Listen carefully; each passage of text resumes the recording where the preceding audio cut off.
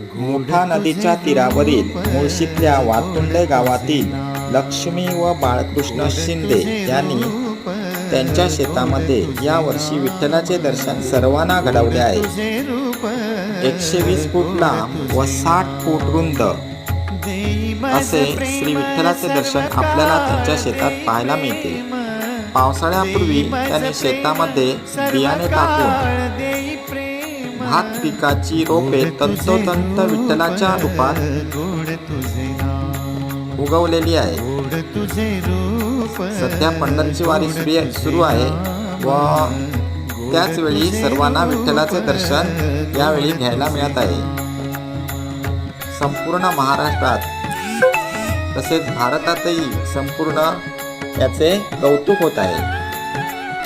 पांडुरंग पांडुरंग पांडुरंग सदा माझे डोळा